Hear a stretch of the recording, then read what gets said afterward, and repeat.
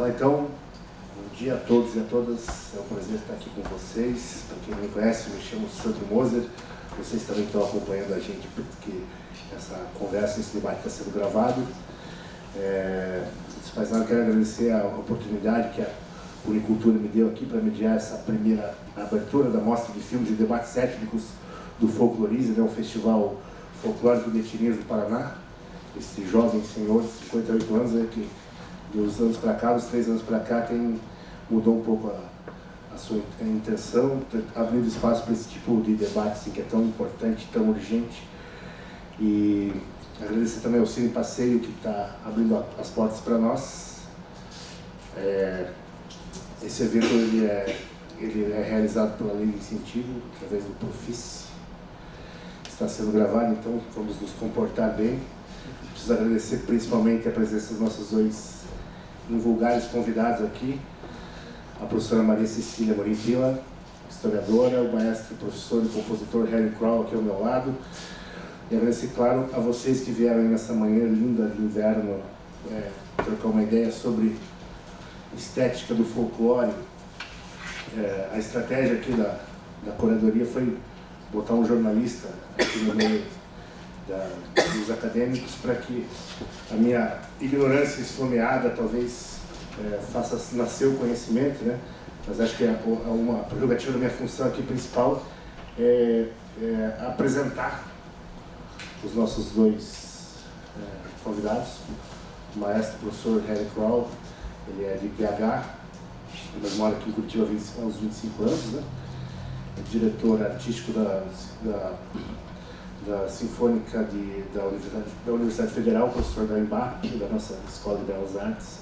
É um musicólogo, um dos mais citados, um dos mais importantes musicólogos do país, e é um compositor prolífico aí da música erudita contemporânea.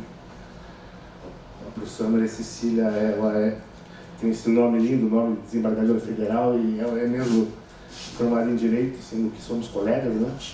Mas ela tem uma carreira longa como historiadora, é professora da PUC-PR, coordena o curso de mestrado na PUC e tem uma atuação grande na questão da história social da arte, direitos humanos, entre outras questões. E vamos conversar um pouquinho então vamos pegando o mote que nos foi dado, que é a estética do folclore, né? Vamos tentar entender o que é isso. A estética como aquele campo do pensamento humano onde a arte, o sensível, né? A beleza, encostam nessa coisa do folclore que, na melhor tradução possível, é cultura popular, né? Sabedoria popular. E o filme é muito emocionante, imagino que o maestro tenha ficado tocado, porque quem conhece um pouco a obra dele como compositor sabe que a musicalidade dessa linguagem é muito importante para o senhor. O senhor tem uma pesquisa grande, chegou até a musicar, a transformar em ópera o texto do Guimarães Rosa, né, da Sara Palha. Então, como é que o senhor vê o que te fascina, como é que você transforma em música essa linguagem, que é a essência da linguagem popular? Em primeiro lugar, quero agradecer o convite para estar aqui, uma oportunidade única.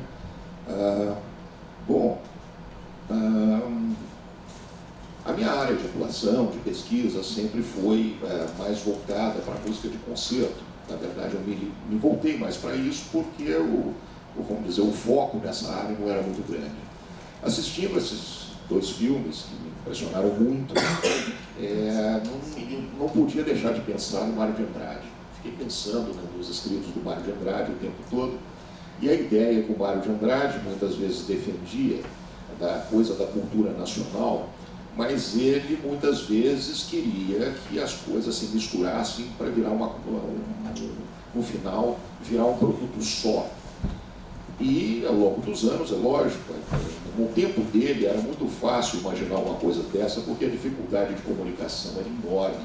Para se deslocar dentro do Brasil para ver como as coisas aconteciam, era um trabalho complexo.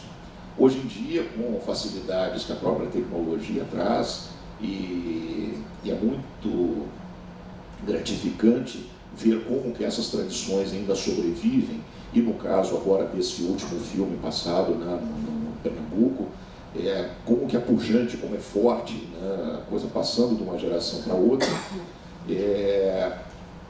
Eu percebo claramente que os contrastes, assim, o Brasil tem uma dimensão continental e nós não temos assim contato com isso. Estamos muito isolados uns dos outros. Para mim, quando trabalhei na ópera no Sarapalha e enfrentei algumas polêmicas, porque a minha abordagem é dentro de uma linguagem mais experimental, mas toda baseada em aspectos de sonoridade, a primeira coisa que me ocorreu, primeiro lendo o texto, aquela história me pareceu muito universal, embora o Guimarães Rosa trabalhe em cima da questão regional, mas todos os temas que ele aborda podem aparecer em qualquer lugar do mundo. Uma vez aquilo traduzido, pode ser colocado no país da África, em alguma região remota da Europa, não importa o quê. Mas, como eu tinha convivência com aquilo, e principalmente com aquela linguagem, no primeiro momento que eu comecei a trabalhar o texto, eu comecei a ler o texto em voz alta e tentar imitar alguns sotaques que eu ouvia, né, que eu já tinha ouvido em Minas, em regiões diferentes. E fui metrificando o texto a partir dessa ideia. Isso para mim ficou muito forte quando eu vim para Curitiba. Passei por uma experiência muito curiosa. Eu vivi em Ouro Preto 12 anos, né?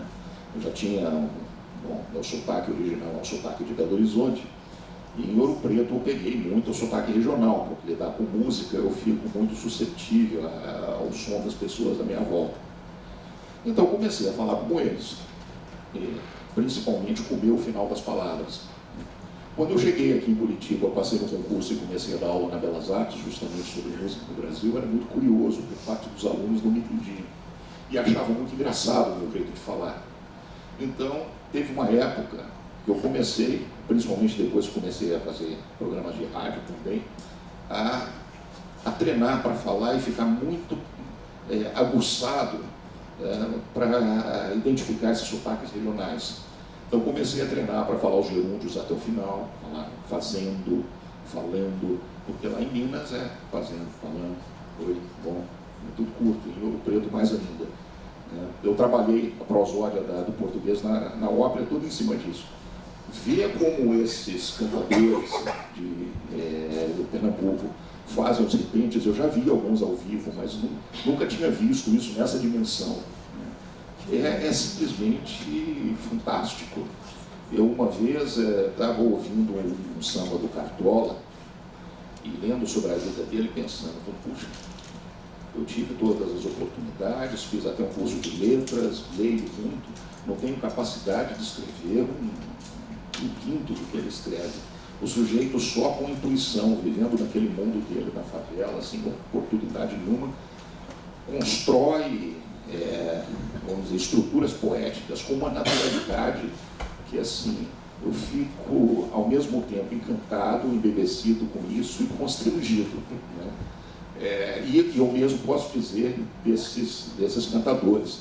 E me tocou mais ainda quando um deles cita o Fernando Pessoa, porque todos esses cantos, eles remetem a coisas muito antigas, a poesias medievais portuguesas, só que isso já ganhou forma própria, lógico, assim, é como eles mesmos, o mais jovem ali, o historiador fala, não, isso veio com os portugueses, sem dúvida, mas já ganhou uma outra dimensão, né? E ao longo do filme, do documentário, né, vou percebendo isso e a coisa vai ganhando uma dimensão extraordinária. A única coisa que me incomodou um pouco no primeiro filme foi não dizer aonde que acontece. Eu fui ver e vi que é em Tocantins, mas o filme não deixa isso claro. Não deixa claro. O primeiro filme, a Súcia, né, um curta-metragem que mostra essa dança tradicional ali da região do Araguaia, né, bem no centro do Brasil, no sudoeste do Tocantins, né. O filme faltou explicar isso. Mas o contraste entre os dois eu achei fabuloso. Assim, pensar uma coisa vamos dizer, afro-brasileira, e afro-brasileira mesmo, porque não é só africana, ela já ganhou outros contornos, muito desse folclore de origem afro-brasileira tem uma intermediação da Igreja Católica forte, num primeiro momento, mas que depois vai ganhando outros contornos, né? Em contraste com essa cultura do repente. Né? Sensacional, era mais ou menos o que eu ia perguntar para a professora Maria Cecília, vendo os filmes em conjunto, assim, passa pela cabeça uma ideia que o sempre brilhante Peter Burke, o historiador inglês, fala que a apropriação da cultura, vamos dizer, erudita, ou a cultura de alta goma e a cultura popular tradicional é uma via de mão dupla, né? Você consegue ver criadores, né? Compositores, pintores, colhendo uma herança cultural alheia, e consegue ver o caminho inverso também, né? Pessoas que sem formação formal, que pegam estruturas sofisticadíssimas, poéticas, e transformam nessa maravilha aí, contando o seu próprio cotidiano, né? Com o seu próprio repertório cultural. Eu queria saber, professor, para a história, assim, tem alguma uma circunscrição onde começa e onde termina a cultura popular e a cultura erudita? Assim, é preciso ter um limite? É preciso saber que existe um limite?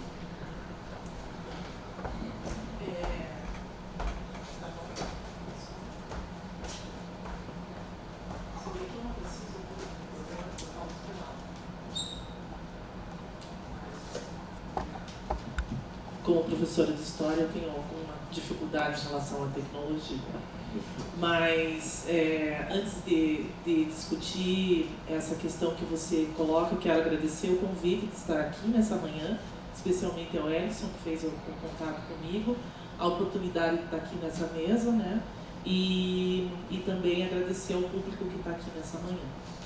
Então, essa questão que você coloca, eu me lembrei tanto do Peter Burke, mas também de outro historiador, o Robert Darnton, o Carlo Ginzburg, na verdade o Carlo Ginzburg, que vai trabalhar justamente com a cultura popular, e é um historiador italiano que tem como objeto de estudo grupos na região do Friuli, na Itália, e onde ele vai observar esses traços culturais de um período em que a Inquisição caça esses traços do que se chamava paganismo. E aí ele começa a obra do Queijo dos Vermes justamente fazendo uma análise do que ele toma do Bakhtin, que é a circularidade cultural. E nesse sentido é muito difícil a gente saber o limite do que é a cultura popular e até onde vai a chamada cultura erudita. E isso é muito interessante porque a gente vê traços, justamente a partir desses filmes, de uma cultura popular, de algo que parece ser esquecido e que na verdade está muito vivo, tanto da nossa ancestralidade europeia, quanto da nossa própria ancestralidade brasileira mesmo, né? Indígena, também a questão africana. E para mim me chamou muito a atenção a beleza, tanto no sentido da poesia, mas da fotografia. Então eu vi, para mim, né, essa coisa da arte tem também muito o que nos toca, o que nos dá, o que nos aflora a sensibilidade a partir de algo que a gente vive também naquele momento. Então, duas coisas me chamaram muita atenção. A presença da formiga, que está tanto no primeiro filme quanto no segundo filme, né? Aquela formiga que tem uma relação com a dança. Me chamou a atenção também, me lembrei, fiz uma relação que talvez não tenha nada a ver, né? O próprio Freud dizia que às vezes um charuto é apenas um charuto, né? Mas me lembrei, porque a Súcia tem alguma coisa a ver também com Suíça, né? E uma coisa assim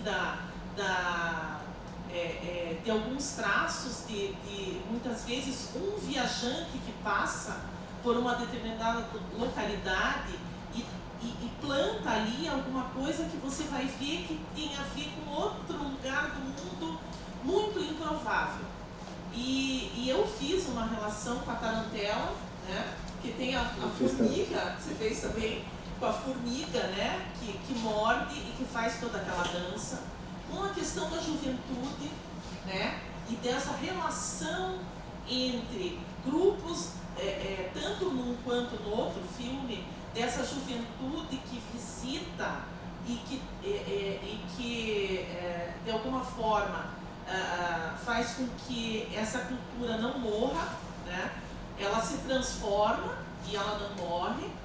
E também fiz uma relação com a alimentação, que na verdade é o que hoje eu trabalho mais especificamente, a questão da memória, do patrimônio e da memória alimentar, que tanto um filme quanto o outro, ele se dá sempre em torno de uma mesa, né? A mesa, no primeiro, eles estão conversando o tempo todo, e tem a dança, mas tem a sociabilidade também. E no segundo, a mesa do bar e a cachaça, né? Então eu fiz essa relação, e também no segundo filme, tanto abriu o filme quanto fechou o filme o espaço numa feira, e ali é aquela diversidade da alimentação. Então, e essa oportunidade de assistir esses dois curtas e fazer uma reflexão sobre eles foi bem legal.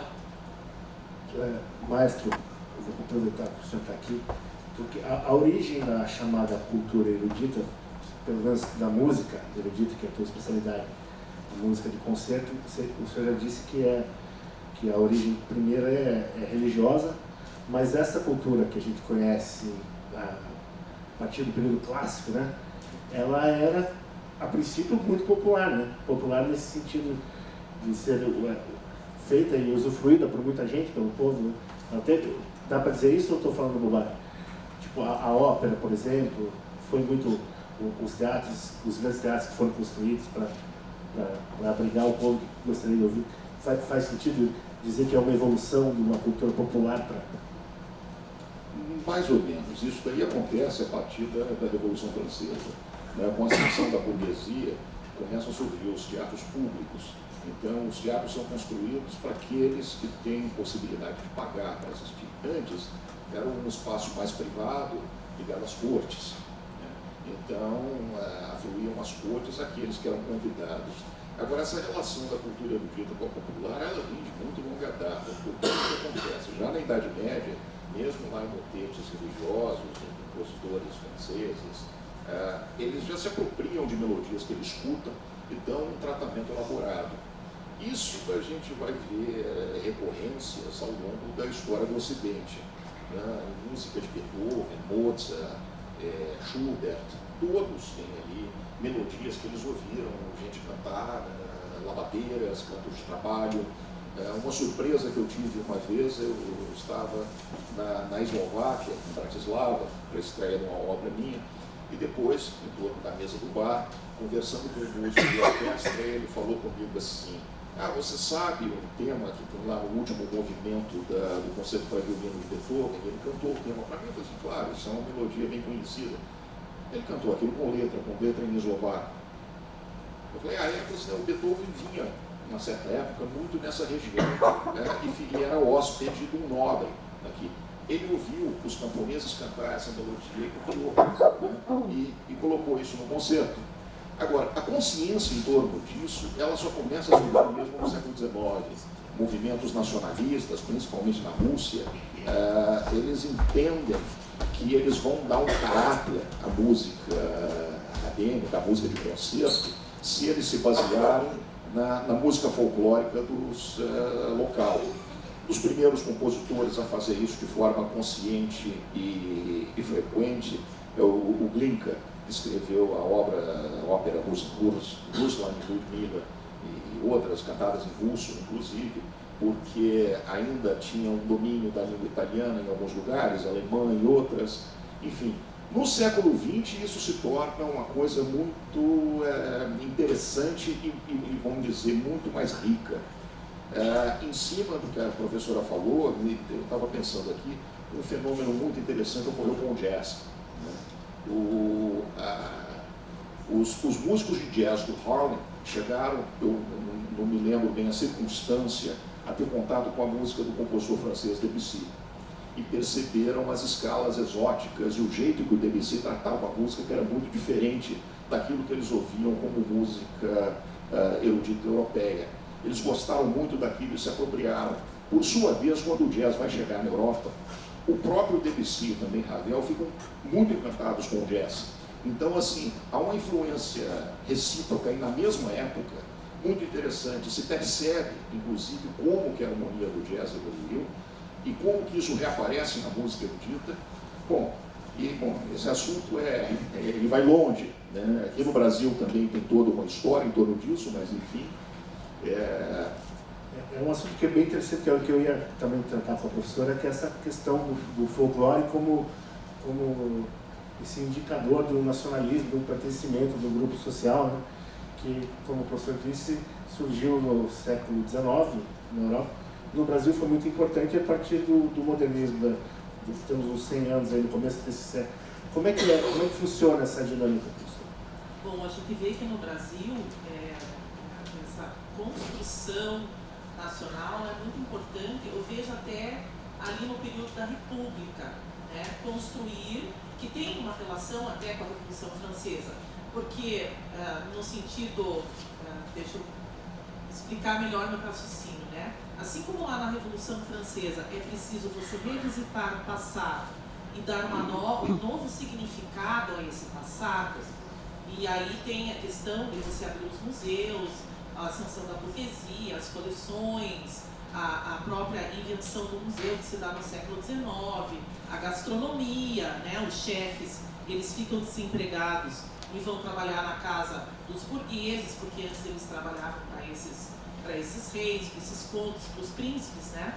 E aqui a gente também, na República, a gente vai ter um novo significado, a gente vai ter que revisitar esse nosso passado, tanto colonial quanto imperial, a própria figura da independência, a nossa ligação com o Rio de Janeiro, e a República ela vai dar esse novo significado, né? E a gente vê então essa coisa de São Paulo, daqueles artistas, né, que vão ser inclusive financiados para construir a nossa imagem desse passado do bandeirante.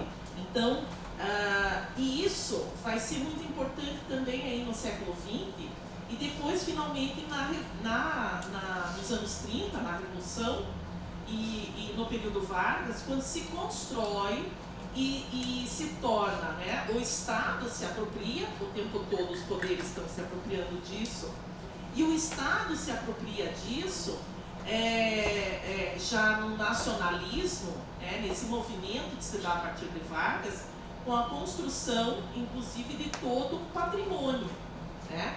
E aí o professor que morou em Ouro Preto vai ser eleito como o primeiro lugar desse passado, né, que nós queremos ressignificar, né?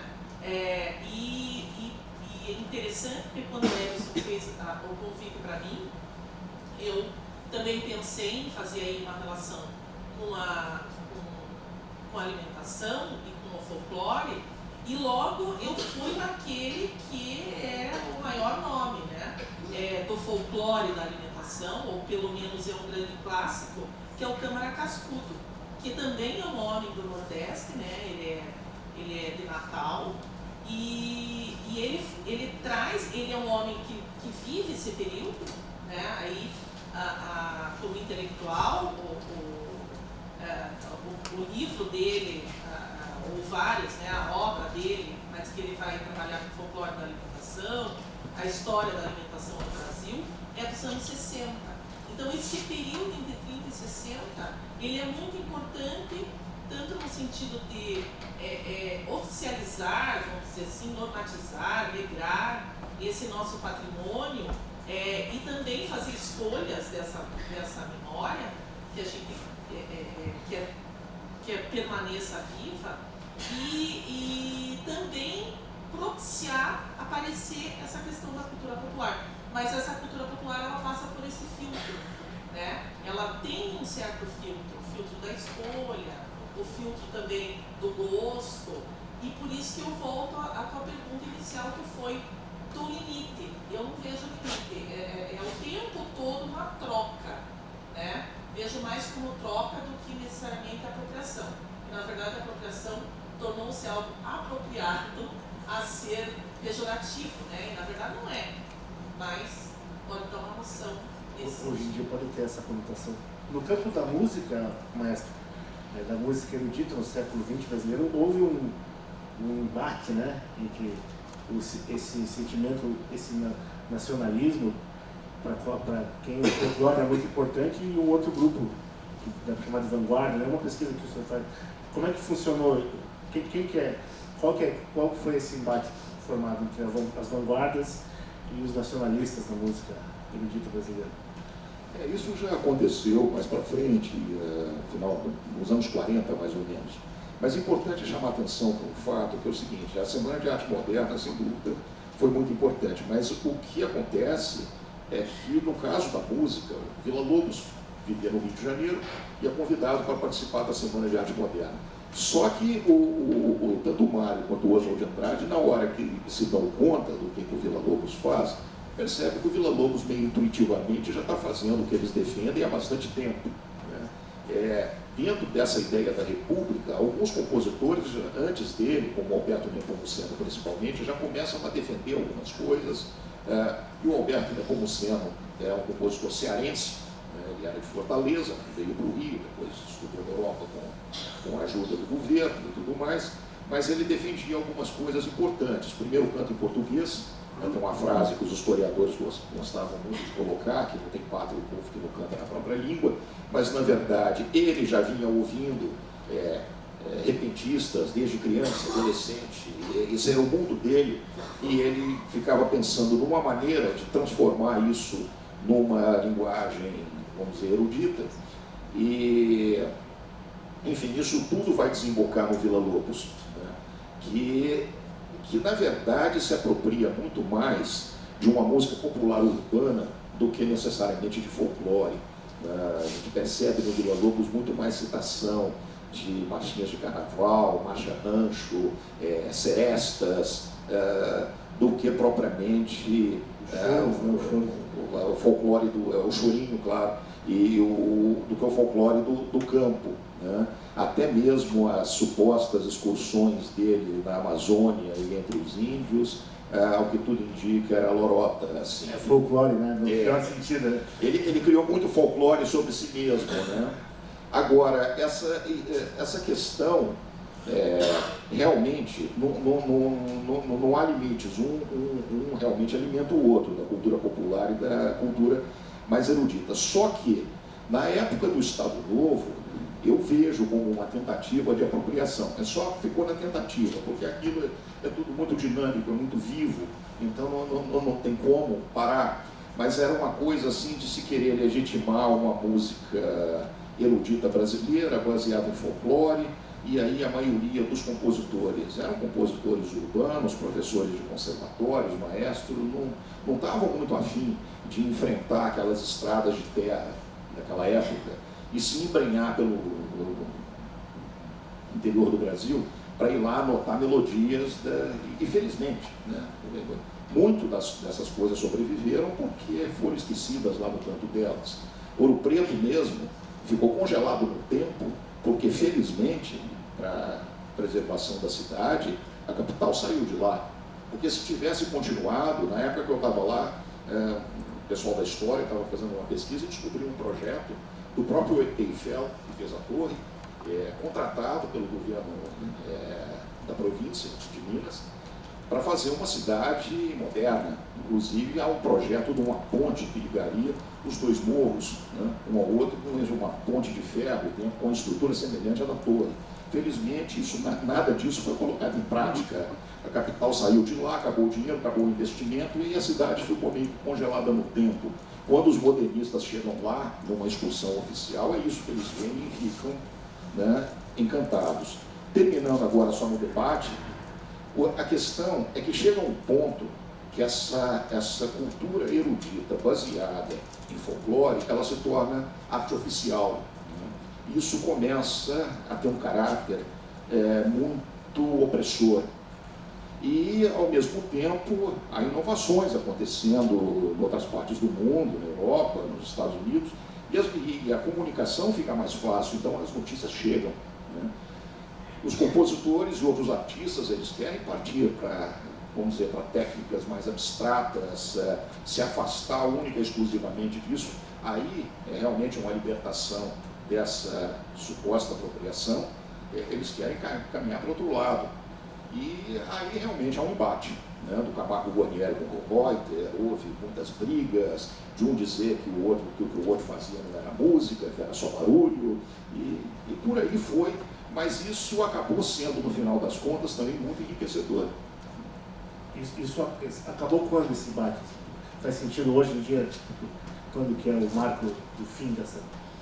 Não, porque eu gosto de dizer, quando eu estou trabalhando a história da música do século XX, música no Brasil com os alunos, dizer o seguinte: há uma tendência no Ocidente de haver uma alternância entre procedimentos mais, vamos dizer, intuitivos, sensoriais e racionais. Grosso modo, é como se a gente pensasse assim: o Renascimento foi racional, o Barroco mais intuitivo, dramático, aí o classicismo influenciado pelo iluminismo, ele volta a ser racional, o romantismo volta de novo a coisa sensorial, e aí a noção de tempo ela vai se acelerando. Com a Revolução Industrial isso fica mais intenso. No século XX isso começa a acontecer de década para década, e quando a gente entra agora na comunicação de massa, com a TV e com a internet nem se fala, as coisas vão se sobrepondo, elas não alternam mais, elas estão acontecendo todas ao mesmo tempo. Né? Então é o seguinte, há quem ainda defenda esse tipo de posição, mas hoje as coisas são obrigadas a conviver. Então, eu diria que eu cheguei a pegar esse tipo de discussão em festivais e tudo mais, até no início dos anos 90. De lá para cá, isso não é que acabou assim, isso se diluiu, essa discussão se tornou irrelevante. Né? Professora, eu imagino que você também tenha percebido no filme, tocante filme sobre os repentistas, né, na região ali da esquina da Paraíba com Pernambuco, a presença admirável da feminina, da Severina Branca, de outras poetisas, como nós chamamos, poetas, como preferir. Me chamou a atenção também, pois nesse campo da sabedoria tradicional, muitas vezes o lugar do saber feminino está muito demarcado, né? Cabe para a mulher cozinhar, fazer renda, dançar, né? Costurar, e o homem fazer música, caçar, fazer a poesia. Então, de uma certa forma, ela invade o espaço do homem de um jeito muito marcante, assim. Como é que sempre foi assim? Isso, quando isso começa a se romper? Não sei se rompeu, né? É uma questão, se rompeu um pouco, mas é interessante que isso se dá tanto no campo erudito, tanto no campo da cidade, quanto no campo do interior, né, do Brasil, que é outra contraposição interessante ali, porque muito desse conhecimento, que inclusive hoje a gente chama folclore, entra para nós estudarmos como folclore, é um conhecimento do cotidiano ali, né, das coisas. E o papel feminino, ele se perde muito no processo de industrialização e no processo de crescimento das cidades. Porque muito desses saberes que no interior se davam como saberes femininos, apesar da mulher ficar em determinados ambientes, que também esses ambientes eles são eleitos a partir do campo do masculino, porque alguém elegeu que o campo do público é mais importante que o campo do privado. Mas isso é uma questão de eleger.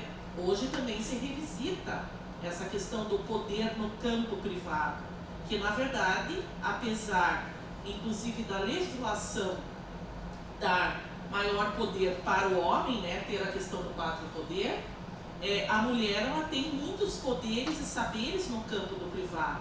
O poder das ervas, o poder da criação dos filhos, o poder do sexo, que é trazido inclusive ali no documentário, tanto da liberdade desse sexo quanto da negação dele, né? Tem aquele filme grego das mulheres que fazem uma greve de sexo, né?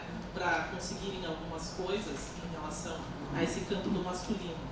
Então, e é interessante justamente nesse segundo filme, algumas mulheres que rompem, né? E pagam um certo preço por isso, né? Mas elas rompem com aqueles papéis desse sertão, né? Em que aquela Severina era uma mulher absolutamente livre, né?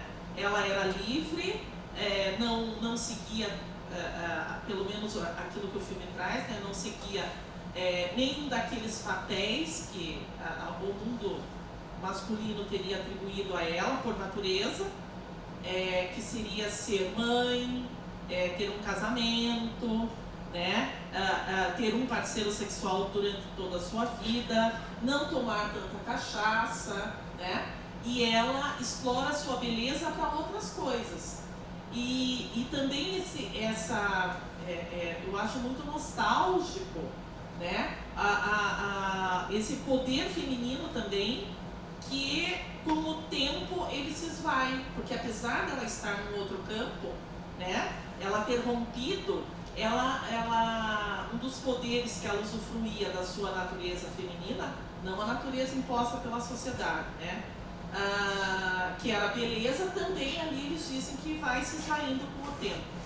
Mas eu acho muito interessante essa discussão aí desse feminino que você traz, e eu pergunto o quanto a gente ganha nesse processo de urbanização e esse processo de crescimento das cidades, porque a mulher também perde muitos saberes. A Michelle Perrault trabalha muito com isso, já no século XIX, ela dizendo do quanto a mulher perde, né? A gente ganha por outros lados, né?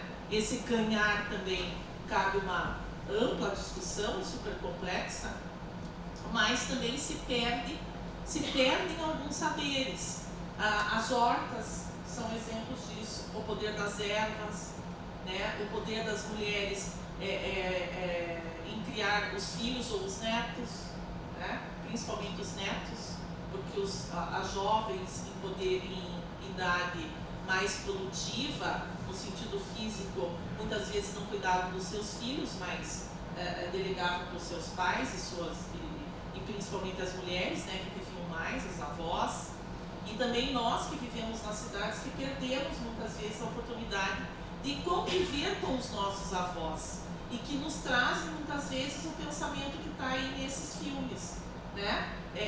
Desse conhecimento, e que eu não tenho a mesma memória, né, lá dos repentistas, que até me deu uma certa inveja de terem tanta memória, e do que o Câmara Cascudo fala do quanto está para nós no universo dos provérbios. Eu, como convivi muito com a minha avó materna, a minha avó me ensinava muito a partir de provérbios. Ela usava muitos provérbios. E nos provérbios, em que o Câmara Cascudo traz, inclusive, no que ele escreve do folclore, o quanto os provérbios eles nos ensinam, tanto no sentido religioso, quanto no sentido das superstições, né? E no campo da nossa sociabilidade, no trato. Mas é algo que também me chamou a atenção, essa questão do feminino. Sim. Maestro, você falou uma coisa que me deixou com uma pulga atrás da orelha, o dilema de Ouro Preto. Então, pensando agora na preservação desses saberes, desse folclore, desse conhecimento tradicional, qual que é a melhor estratégia? Você disse uma frase espirituosa, que foi salvo, né? Ficou esquecido, então foi salvo da nossa estupidez, vamos dizer assim. Qual que é a melhor estratégia de preservar isso? Deixar cada vez mais parecido com o que era outrora, ou tentar estilizar isso, de tentar tomar alguma medida para tornar contemporâneo? O que o senhor imagina? Olha, esses dois filmes me chamaram a atenção por uma coisa sutil em relação a isso. Eu acho que a coisa mais interessante é dar voz para a própria comunidade. Vamos dizer, instrumentalizar, dar condições materiais para que a própria comunidade conte a sua história na medida que ela entende, porque isso dá uma outra poética. Eu falo isso porque enquanto assistia os filmes eu lembrava desses filmes oficiais da Agência Nacional, dos anos 50 principalmente, assisti vários deles, filmes do Humberto Mauro, não só da cinegrafia oficial dele, assim, dos filmes que ele criou de autor, mas também os filmes que ele fez para o governo, tentando contar essas tradições do interior, do Nordeste, do Brasil Central, de Minas, do Sul, que é tudo aquele olhar do outro, aquela coisa distante e meio oficiosa, né? Ao passo que quando a gente vê um filme desse contado com uma narrativa das próprias pessoas, ele ganha uma outra dimensão, né? A menina lá no primeiro filme, na Súcia, ela fala disso, né? Ela é bem cirúrgico isso, ela vem disso. Pessoas de fora vinham aqui documentar para fazer pesquisa e tudo, não. Mas nós queremos contar a nossa própria história, né? Eu acho que esse é o único caminho. Pelo menos assim, me chamou muita atenção. A tecnologia, por um lado, ela pode oprimir muitas coisas, mas nesse caso aqui é libertador. Ver essas tomadas aéreas ali da cidade de Pernambuco, feita a partir de drones, por exemplo, com a imagem maravilhosa, linda, e poder ver aquilo de vários ângulos, desconstruir totalmente uma ideia que a gente tem em outras regiões do Brasil, como no Sudeste e no Sul, de que essas partes são totalmente miseráveis e imprestáveis, porque a visão oficial vende muito essa ideia, a mídia comercial passa isso. Eu acho isso fantástico, impagável. A discussão política geralmente coloca essas áreas na ponta de hora. Isso aí a degenerescência no Brasil, é o pior que tem. Sim. Quando não é, né? Quando é o melhor que tem no Brasil. E como eu queria deixar aberto aqui as perguntas, né? Sempre nessa hora das perguntas eu lembro de uma história que o maestro conta, né, que uma vez ele estava num evento como esse, que um sujeito com sotaque português quis fazer uma pergunta, né? E era o Saramago, né? Então, se tiver algum candidato ao prêmio Nobel aí, qualquer categoria que quiser fazer uma pergunta, ou qualquer um também que quiser fazer uma pergunta, por favor, para enriquecer aqui o debate, por favor. Não vai fazer uma pergunta, né? Só compartilhar. Eu sou Blanca Fernando Barco, sou presidente da Associação Pediátrica do Paraná. Agradeço a participação do presidente do festival. O Festival Folclórico foi criado há 50 anos, em 1961, pela então consuleza da Holanda, porque ela naquele momento florescia toda a imigração que estava ocorrendo no Paraná e Curitiba, e ela viu a necessidade de colocar toda essa plasticidade, todas as festas dentro do palco, juntar todos os povos que aqui estavam. E em 74 nós criamos a Associação Pediátrica do Paraná porque vimos a necessidade de estar organizados. Não éramos todos, na época, fazia parte, mas a necessidade realmente do europeu, de ver aquilo organizado, os grupos todos juntos. Hoje nós somos 19 grupos folclóricos que fazem parte da associação e organizam o festival. Muitos nos perguntam que nós não temos grupos, nós temos holandeses, italianos, portugueses, alemães, japoneses, bolivianos, e não existe um folclore local, né? Não existe grupos de folclore local andando no Paraná, porque dentro da associação existem regras e você precisa ser organizado, estatuto, lugar para ensaio, tudo isso. Mas sentimos muita falta. E principalmente quando eu vejo esses dois filmes e ouço vocês falarem, a gente esquece aqui em Curitiba que o Brasil é muito maior, né? Nós temos essa visão que, graças a Deus, graças a todo esse trabalho dos europeus, nós temos, por exemplo, as 4 melhores cooperativas mais importantes do Brasil. Por quê? Foram trazidas pelos ucranianos, trabalhadas por... Mas nós esquecemos que o folclore não é só o nosso folclore europeu, que tanto preservamos e nos faz um mosaico étnico do Paraná, né? Então, foi muito enriquecedor ver que realmente o folclore é muito maior. Com relação à música, eu tenho experiências de origem espanhola, os pais são cantantes espanhóis, e sem dúvida alguma o folclore é a base, e foi a base para grandes maestros, né? Na Espanha nós temos o gênero sarsuelo, que surge no século XVII,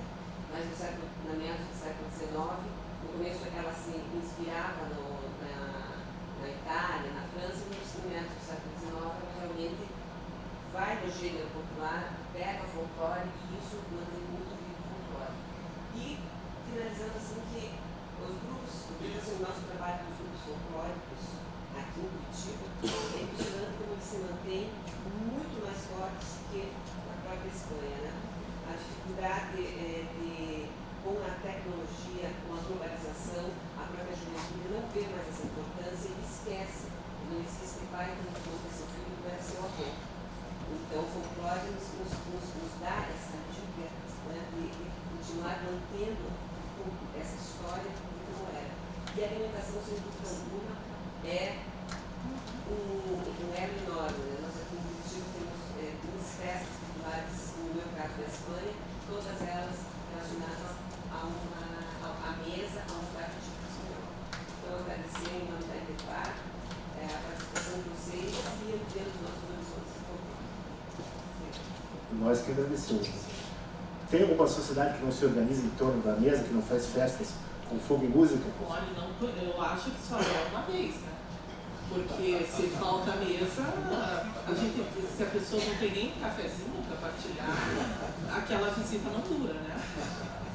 Mas, voltando ao que o professor falou, eu acho muito interessante essa coisa do Ouro Preto e de Tiradentes, que hoje tem uma grande discussão entre as duas cidades, né? E uma das críticas que se faz é justamente que Tiradentes é uma cidade que ficou tão preservada que ela ficou descaracterizada e é muito cara, porque é uma cidade em que, eu estou falando assim, né?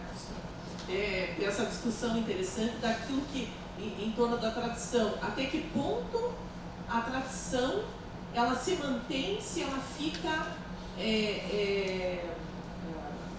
assim, parada, engessada, porque também vai muito ao encontro do que ela disse, por conta desse folclore que se constrói aqui, né? Esse folclore de Temias, esse passado, ele é um passado que é preservado, mas ele também é reconstruído no seu cotidiano, porque aquela tradição, eu sempre penso, né, a tradição ela é sempre inventada, né? Eu compartilho daquilo que o grupo que escreveu a invenção da tradição em torno do Hobsbawm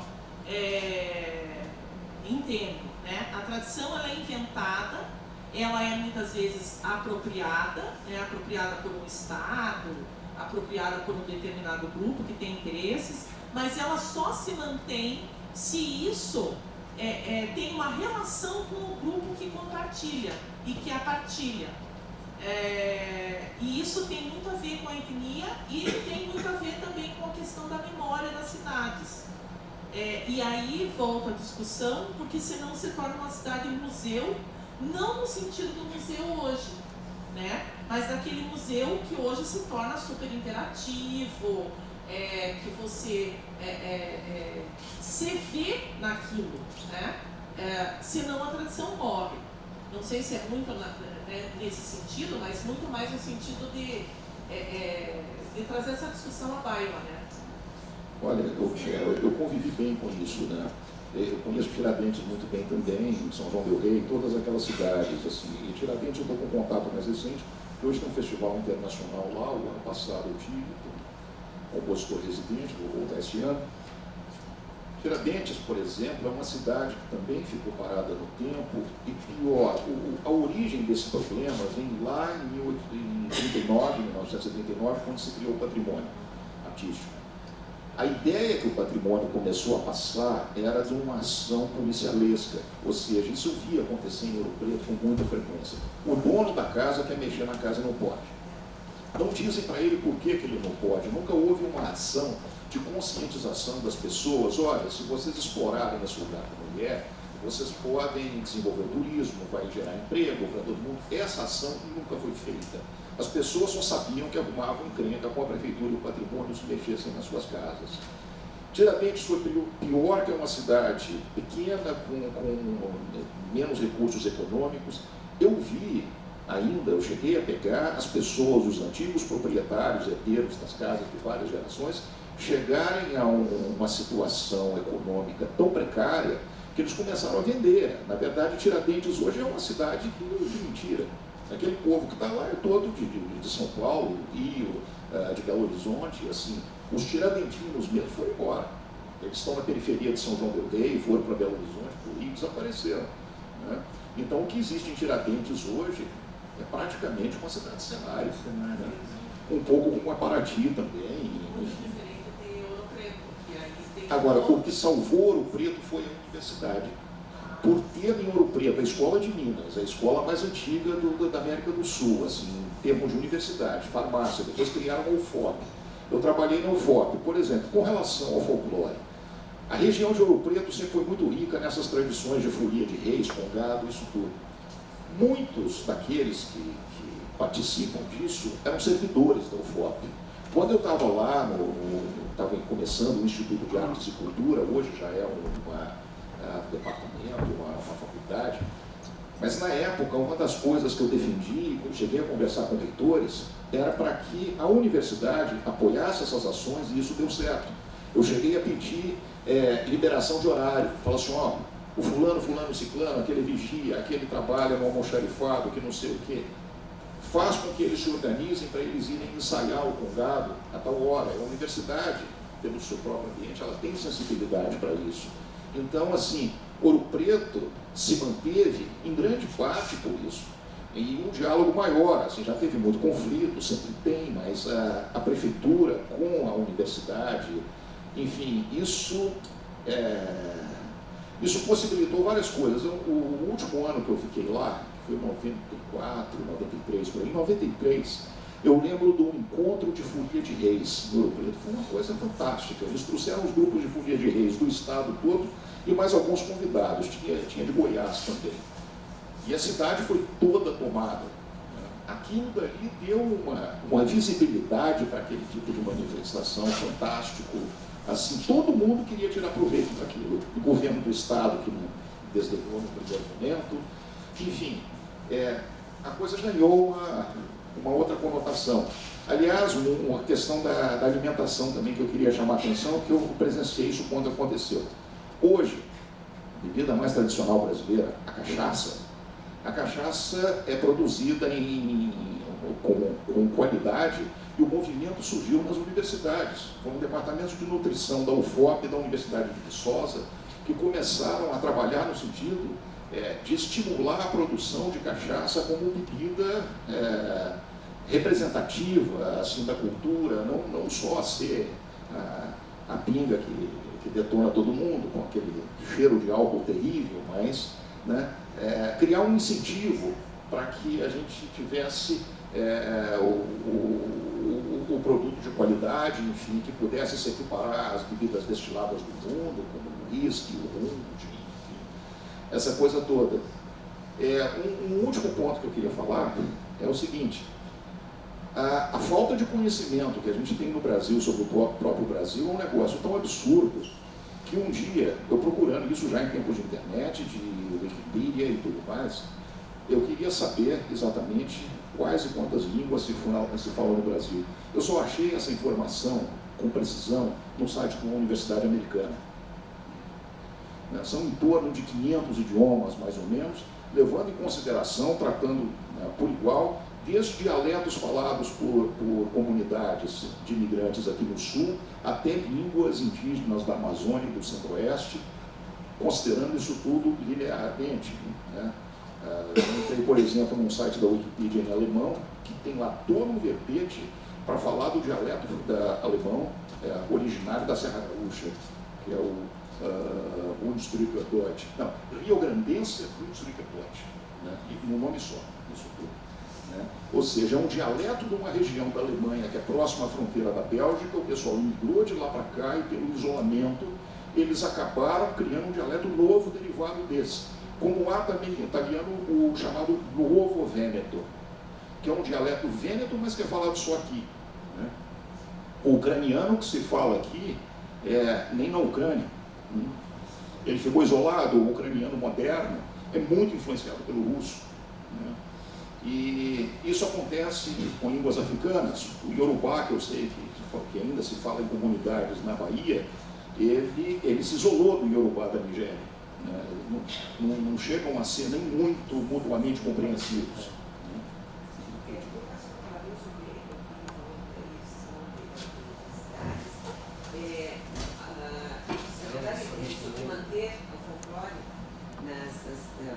população, né, aderir a isso, é o que nós estamos tentando fazer com esse festival, com o Folclorize. Primeiro, dar um nome mais jovem ao festival, manter o Festival Folclórico do Paraná, mas um Folclorize onde a população se identifique. A gente sentiu muita necessidade da população trazer à tona as suas raízes, a necessidade que isso existe para manter as cidades. Então, eu vejo muito lá na Espanha, as cidades inteiras, elas mantêm aquelas tradições. O que elas fizeram? Por exemplo, Córdoba é famoso por causa das flores, os pátios de flores. A gestão pública incentivou, tem concursos. Então, você chega agora em maio, todas as casas, todos os vizinhos fazem isso, querem manter as suas tradições, seja como quer, mas a gestão pública ajuda. Aqui em Curitiba nós estamos tentando já há 3 anos, folclorizar a cidade, fazer com que todos tragam à tona a sua origem, não importa de onde ela seja do Nordeste, seja de Minas Gerais, seja do Rio Grande do Sul, não importa, ou da Europa, não importa, né? Mas a gente bate na gestão pública. Eu falei, gente, nós temos um festival em Curitiba com 58 anos, isso é uma vida. As pessoas não sabem que isso existe, né? Aí você vai para Joinville, que tem um festival de dança de 30 anos e a cidade se veste com esse festival, né? Curitiba, a gestão pública não soube, não sabe aproveitar tirar proveito, quanto turismo, quanta economia giraria em torno desse festival, né? Então, realmente, é isso que nós estamos tentando, folclorizar a cidade e que todo mundo mantenha realmente a sua origem.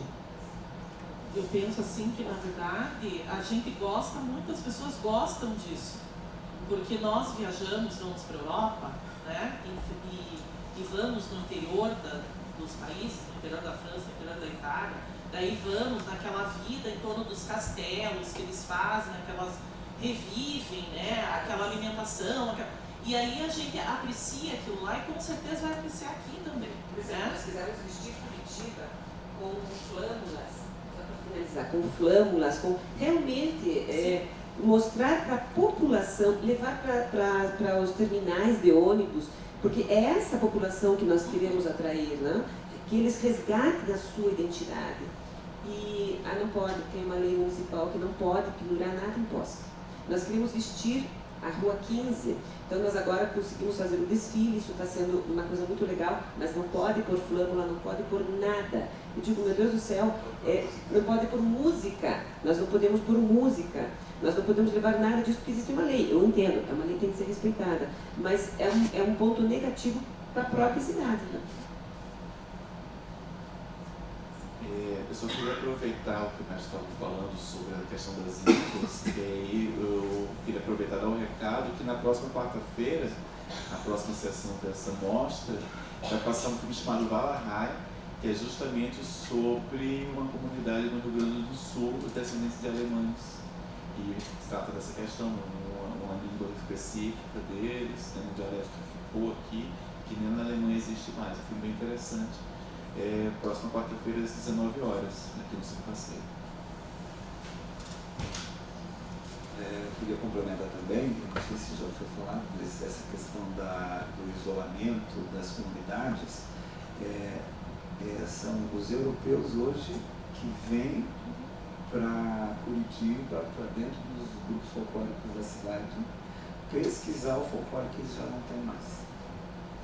Então, essa grande possibilidade que o festival mantém viva essa memória, né, de disseminação desse conhecimento popular, intrínseco, né, das próprias comunidades europeias e que se preservou por essa questão do isolamento. Só queria ressaltar esse contexto também. Obrigado. Bom, senhoras e senhores, estamos nos aproximando aqui do encerramento, mas antes eu vou fazer uma pergunta aqui para o professor, para ambos, né, os professores, que me incomodam bastante, tem a ver com o tema primeiro aqui da discussão, que é sobre a estética mesmo, né? Que a gente consegue ver no discurso oficial, o maestro falou tanto sobre como os discursos oficiais, como as políticas dos governos foram nocivas, né, para a cultura em alguns momentos, né? Uma certa ascensão do discurso mais utilitarista, né? contra o ensino da arte, né? Tipo, a gente vê propostas de tirar a filosofia, ou as artes da grade curricular, coisas assim, em detrimento, em nome de se apostar no suposto ensino técnico que melhoraria. Então, até que ponto isso é perigoso, até que ponto é errado esse pensamento utilitarista, assim, tentando sobrepujar a estética, o ensino da arte? Bom, eu sou da área das humanidades e a área das humanidades hoje sofre não só no Brasil, mas no Ocidente, que é o que eu conheço mais, né? Posso dizer melhor, um desprestígio, né? Na verdade, isso vem de uma sociedade intolerante e que não intolerante no sentido de que não quer ver o aflorar do outro, né? Não quer que aquele outro se mostre como ele é, ou o seu pensamento, ou o exercício da liberdade. Então eu vejo isso como no mínimo bastante receio, e também em relação às humanidades, nós temos que também nos reinventar e nos apropriarmos do próprio conceito de utilitarismo, né? Porque na verdade também se construiu em relação às humanidades que elas não têm utilidade, mas elas podem ter. Então talvez a gente usarmos dessas próprias armas no sentido de nos mantermos, né? Mostrarmos que temos um lado desse pensamento, dessa autonomia, que em grande medida também pode ser útil no sentido do capitalismo mesmo, né? Porque o folclore, as festas e a alimentação, elas podem gerar divisas bastante importantes para nós, né? E trazer, inclusive de dentro da própria universidade, nós usufruirmos mais como comunidade das universidades, né? Esse conhecimento que está nas universidades e que as universidades estão abertas. Eu penso, até por uma vida de 20 anos dentro da universidade, que a universidade está aberta sim à comunidade. E a comunidade, eu não sei como que a gente pode fazer com que isso realmente se torne algo do cotidiano das pessoas. Eu vejo, até por conta desse nosso festival aqui, tem sábado de manhã, uma oportunidade gratuita, e tenho certeza que se a gente pudesse vestir a cidade de flâmulas e fazer uma maior divulgação, muito mais gente estaria aqui, porque ao contrário do que as pessoas pensam, aquilo que se pensa que é uma cultura erudita e que a cultura popular não gosta, isso é uma falácia. Já se comprovou que é uma falácia.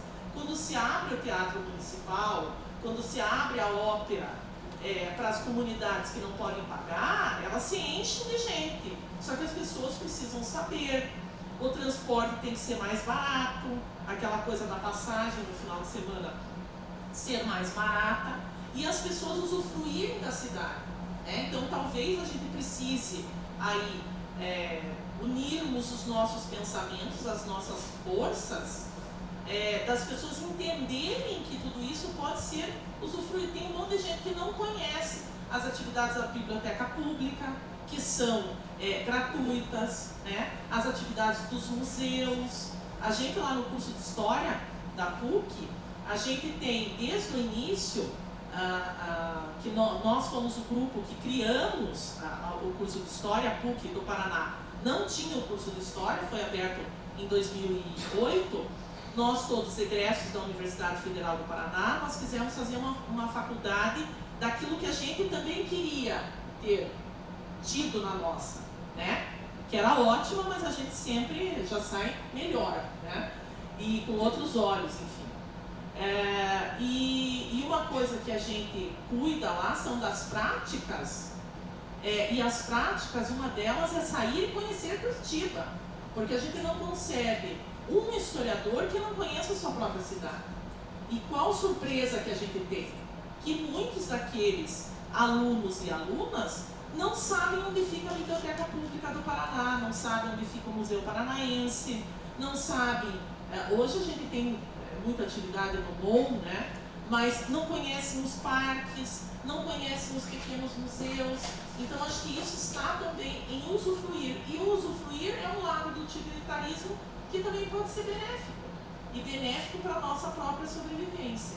Mas a gente se abrir mesmo e acolher o outro como ele é, né? Porque se só tiver, se for uma preservação, como o professor falou, uma preservação da memória, mas uma preservação policialesca, aí, né, a gente precisa, eu penso que é importante que a gente escute o que a comunidade quer trazer e permita que ela fale, né? Não corte essa comunidade, não pasteurize essa comunidade, né? Para a gente usufruir mesmo e trocar.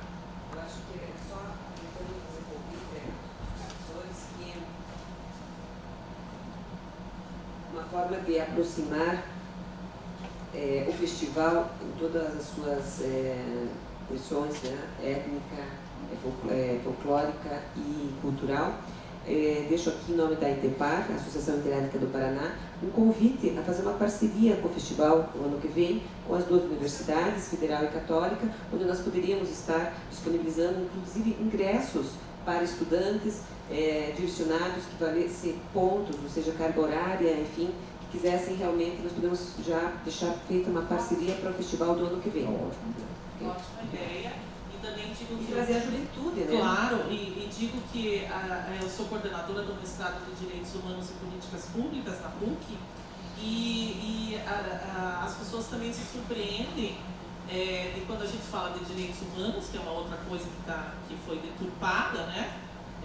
E que eu sou professora lá e eu trabalho com direitos humanos e direito à memória, direito à tradição, ao patrimônio, né? Isso se estuda em direitos humanos. E já respondo de pronto o teu convite, está aceito, que a gente pode fazer alguma coisa, e acho que essas ações da universidade com a comunidade é preciso que se divulgue, porque não adianta a universidade também se abrir e as pessoas não saberem que a universidade está aberta. Porque muitas vezes a universidade, ela amedronta, né? As pessoas não entendem que a universidade também pode trazer cursos livres, ter a arte, o teatro, né? Estar lá dentro. A gente lá na PUC tem todo esse incentivo em relação a isso, e eu acho super importante, inclusive, posso falar em nome do mestrado, mas já posso adiantar que a Escola de Educação e Humanidades vai adorar a parceria. Muito obrigada. Bom, só para responder isso que você colocou, eu vejo da seguinte maneira: esse cerceamento do pensamento ligado às humanidades e às artes é, mais uma vez, uma interferência do Estado, né, no sentido de eliminar a pouca reflexão que existe, né, e querer direcionar a sociedade para atender os desejos, não, as intenções de um pequeno grupo econômico. É como se quisesse voltar no tempo. Mas eu não vejo possibilidade disso assim. Uma sociedade, mesmo que com muitas contradições, como a sociedade brasileira, ela avançou muito, ela tem níveis de consciência aqui e ali. Eu não vejo possibilidade de abafar isso completamente. Pegando aqui uma carona, né, eu falo da Universidade Federal do Paraná.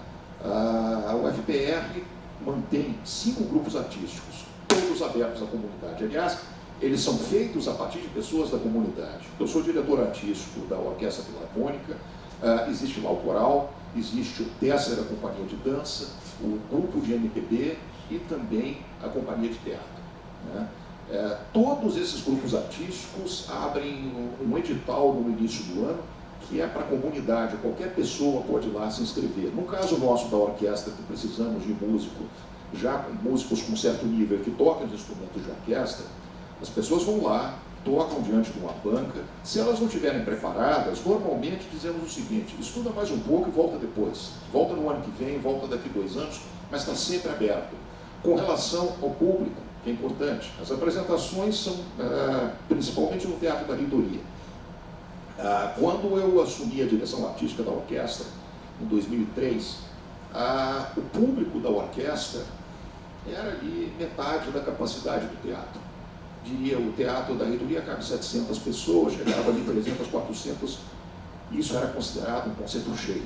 E quase sempre família dos músicos, assim, uma coisa, não havia um trabalho mais agressivo de divulgação.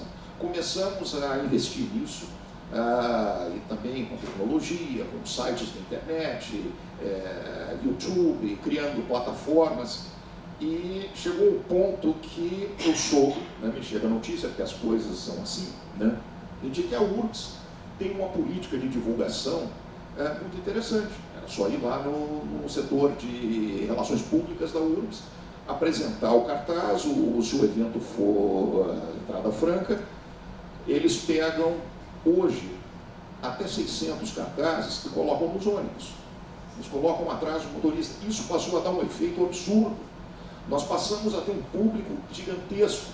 A orquestra faz o repertório de música erudita tradicional, eu faço questão de que toque também, né, música brasileira, obras escritas para a orquestra, para passar para a comunidade, principalmente, que isso é uma arte viva. Ela tem passado, tem presente, tem futuro, está aqui, está sendo feito agora, é para todo mundo, né?